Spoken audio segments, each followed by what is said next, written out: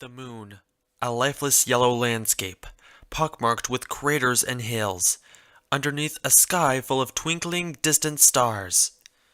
From the lunar surface, the blue marble of the earth seemingly floated in an inky black ocean. The dog standing next to the spaceship gazed upon this beautiful scene and wiped a tear from his eye. His human companion walked over, took a glance, and said, "Flamin' heck! Not a bad sight, is it, lad?" From where Wallace was standing, he didn't notice how Gromit's shoulders were slumped. He walked on obliviously. "All right, Gromit, no more faffing about. Go and knob the basket. There's a good chap." Gromit let out a silent, long-suffering sigh before climbing back up the ladder into the homemade rocket. Wallace, meanwhile, inhaled deeply through his nose, reveling in the scent of cheese. Truly, such a creation could have only been the work of God. And also crackers, which, in Wallace's order of excellence, ranked somewhere above a nice green cardigan and below the almighty Wensleydale. "Hurry up, lad! There's cheese to be had!" He paused. "Oh, that rhymed!" Gromit climbed down the ladder and followed his master as he looked for a suitable place to set up the picnic.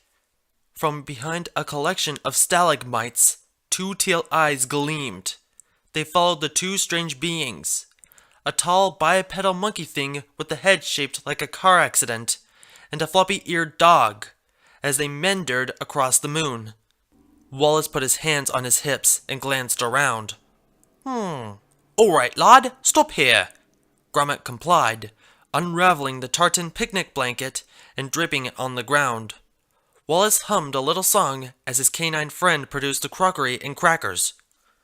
Meanwhile, the pair of eyes, as well as the body they were attached to, crept out from behind their hiding place and trailed behind the duo. When they stopped, she leapt behind a small hill and watched as they set up the shop. Her eyes widened when she saw the odd man pour a brownish liquid from a flask into two teacups. Her horn glowed a blue aura as she cast a spell. Nothing like a spot of tea to get the taste buds going." Gromit watched Wallace pick up a cheese knife and cut through the base of a small cheesy stalagmite, and put a slice of it on a cracker. "Now, let's have a bit of moon cheese, eh, lad?" Gromit, of course, couldn't respond, so Wallace took that as his cue to take a bite. The pony, meanwhile, took that as her cue to appear from behind him and say, "Hello." "Bloomin' Nora!" Wallace yelled, spraying half-munched bits of cheese all over his canine companion. Gromit scrunched his eyes shut and went to his happy place, which mostly consisted of tea, bones, and weekend newspapers. The pony tilted her head, unperturbed and untouched by the Crackner shrapnel. "Nora? What is Nora?" she pondered. "Oh, is it a flower? I do not think I have seen one."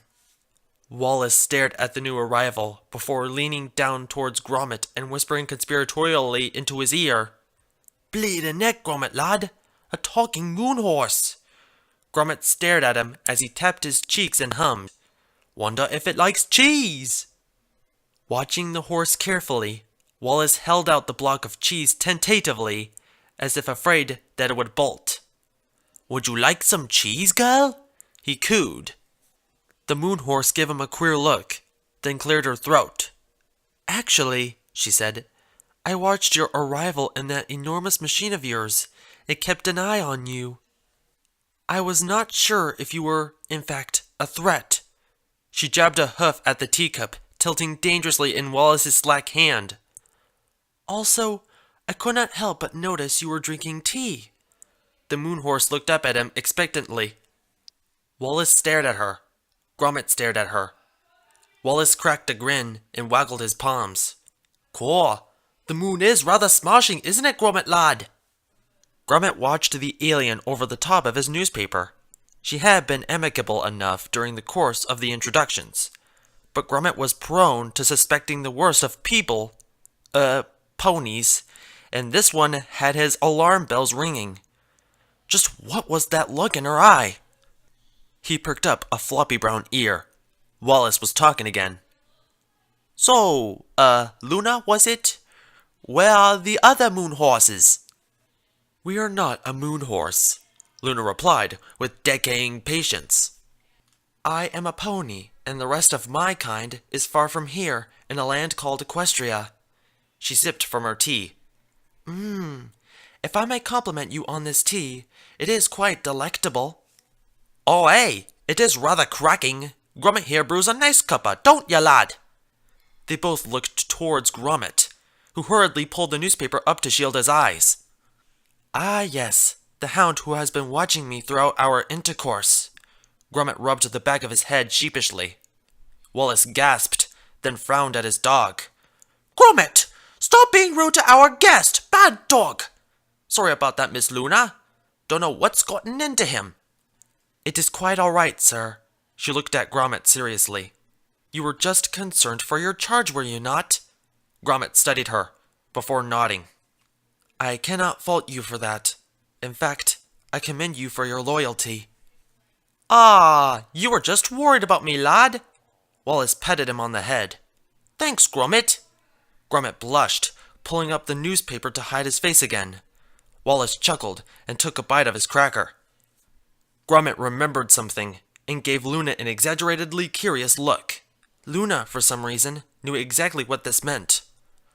Oh, you're wondering how I appeared seemingly out of nowhere like that. Gromit nodded. Not but a simple teleportation spell. Wallace and Gromit exchanged a glance. Spell? Magic spells? What's-it and all that? I think so?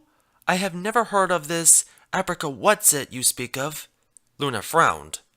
Do you have magic back on your homeworld? Wallace chewed thoughtfully. Afraid not, but my inventions are rather magical, if I may say so myself. He chuckled. Gromit just rolled his eyes and sipped his tea. Luna's ears perked up at that. Inventions, you say? Like that strange metal cylinder you arrived in? She leaned in with a rather ferocious curiosity in her eyes. Ahoy, ma'am. I built it this morning, after we ran out of cheese back home. Took a bit of elbow grease and hard work, but it's a fine machine. As Wallace took a slurp of his tea and smarmed, Gromit lamented that he couldn't point out that it was mostly his hard work and elbow grease. Luna stared at him. You made a machine capable of traveling through space in one morning? With no magic? Wallace looked around. Well, I did stub my toe during it. Had to take another tea break while I recovered. Bleeding travesty is what it was. Gromit face-pawed. The box sat. It couldn't do much else, being a box and all. If it were capable of thought, it would have remembered being quite the thinker back in the day, before it was a box. That hadn't been for a very long time, however. It hadn't been touched in so long that even the dust that coated it was getting bored.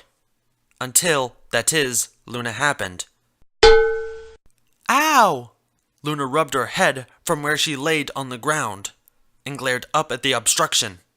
She'd apparently been so caught up in her discussion with Wallace, that she'd walked right into something. Wallace stopped. Miss Luna? He looked around for a moment, dumbfounded, until Gromit pulled his trouser leg and directed his attention to the sprawled alicorn at his feet. Blimey! Are you alright, Mom? In front of them, a metal box riddled with knobs and dials stood placidly, unperturbed despite the alicorn cranium that had just collided with it. Gromit thought it looked like an oven. Yes, we are fine. Luna pushed herself to her hooves and glared at the metal contraption standing in front of her. No thanks to this gizmo. She kicked it and it dented, teetering slightly before settling back into its original position. Wallace tapped his cheeks and thought, examining the odd device with a critical eye. Suddenly, a flash of brilliance. He searched his pockets and pulled out a 10-pence piece. He pushed it through the slot and waited.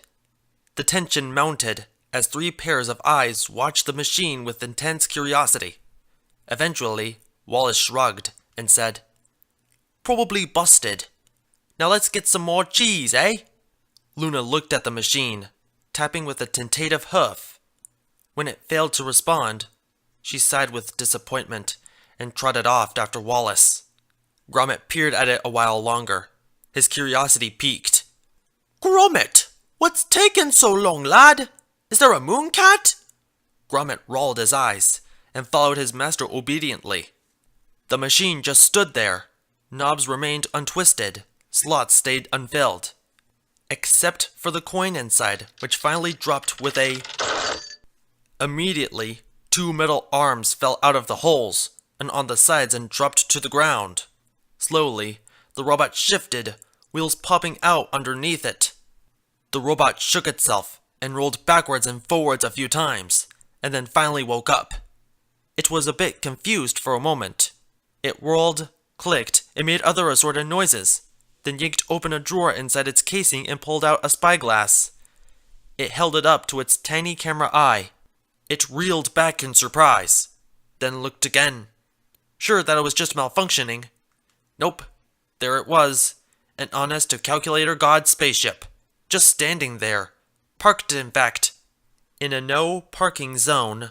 Puffing up its proverbial chest, the Moonbot replaced its spyglass in favor of a nice, thick baton and trundled off at speed.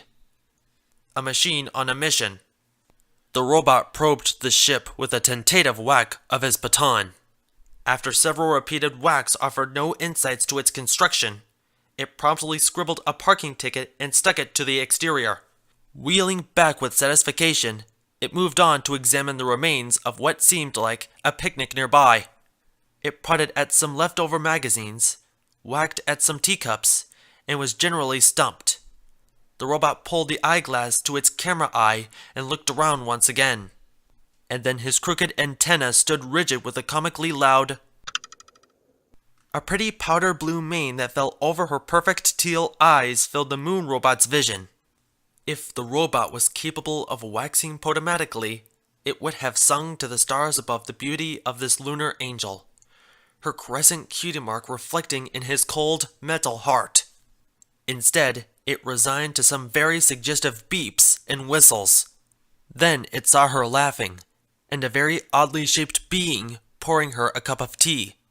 The robot watched them for a moment, before throwing the eyeglass back in its drawer and withdrawing a large, thick baton. Gromit watched Luna as she watched Wallace watch nothing in particular. He knew himself to be a clever pup. It was almost a necessity when you were the butler and occasional best friend of someone like Wallace. But this Luna character, she was something else. Definitely odd. Odder than Wallace, perhaps? He doubted it, but one could dream. There was definitely something to the way she looked at them, on occasion, something hidden beneath the layers of boisterousness, formality, and general oddness. Ah! Choo! Wallace snorted loudly and rather disgustingly. Train of thought thoroughly crashed. Gromit clenched his eyes shut and handed his handler a handkerchief. "Cheers, Gromit lad! Now what were we talking about?" Wallace stared at the glowing horn, pointed directly at his face, backlit by the thunderous face of the indigo mare. There was a gasp of surprise, and the horn disappeared to reveal a very bashful Luna. My apologies. Old habits die hard, as they say," she faltered when she noticed that Wallace was still staring off into space. "It appears that we may have broken thy handler, loyal Gromit." Gromit watched Luna with newfound apprehension before waving a slice of cheese underneath Wallace's hooter. Immediately, he began to sniff it, with a groan of, cheese. His tongue fell out the side of his mouth, and he panted excitedly. Gromit threw it, and our cardiganed hero bounded after it on all fours. The dog and the pony watched the human chase the chunk of cheese across the lunar meadows, before the former turned to the latter with crossed arms and a raised brow. Luna sighed. "We should have known that thou wouldst be curious by our behavior. Alas, there was not much to tell." She sat up straighter, staring at the twinkling stars. We have been here a very, very long time, and not by any choice of our own. In fact, calling this sphere our prison would not be inappropriate. She sighed. We are not a very nice pony, in actuality. Well, that's no reason to be so down, Mom. Wallace marched over, cheese held aloft proudly. Luna watched him approach with a dubious frown. What are you talking about? She asked.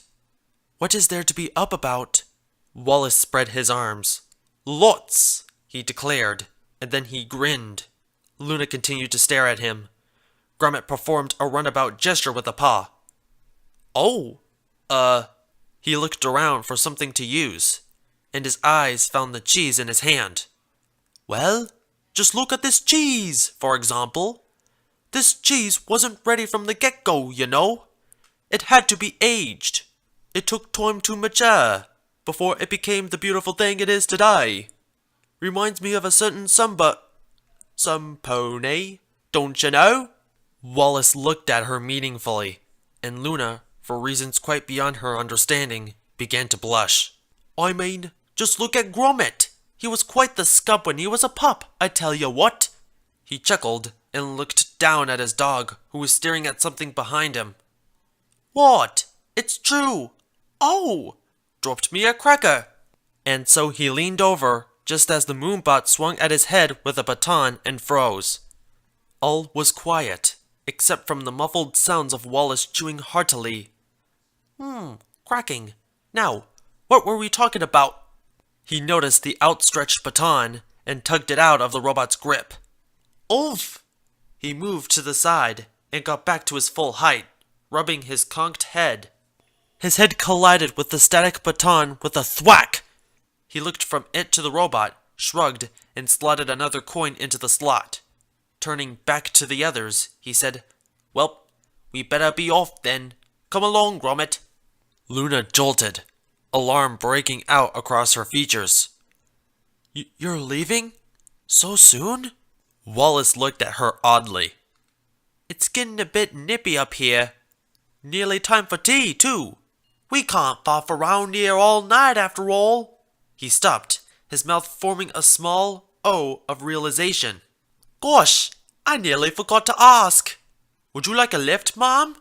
Luna's mouth opened and closed hesitantly, as if she were unable to come up with a suitable response. I think I shall stay here, actually. I have a lot of maturing to do, it seems. She smiled sadly. 'Tis rather odd, is all, for I have hardly known thee, yet it feels as if we have known one another for years. It is nice to speak with another being, I suppose. Wallace slapped her on the back heartily, drawing a surprised yelp. Ah, we love you too, you big softy. He punctuated this with a yawn. Anyway, time for us to head home. Remember to write. Gromit rolled his eyes, then gave Luna a polite wave as they headed off back to the ship. Luna watched them go, waving with a hoof. She noticed the leftovers of their interpru picnic, specifically a block of cheese and a half-mangled packet of crackers. She eyed the snacks carefully, then tentatively raised a cheese-loaded cracker to her mouth, and immediately had it pushed aside in favor of a bouquet of old flowers, held in the trembling grip of an oven-like robot. Luna eyed the robot carefully. The robot lasted 5 seconds under her scrutiny before dropping the flowers and climbing up inside its casing. Luna watched it quake, before looking back down at the delicacy in her magical grip. Beauty takes time to mature, does it?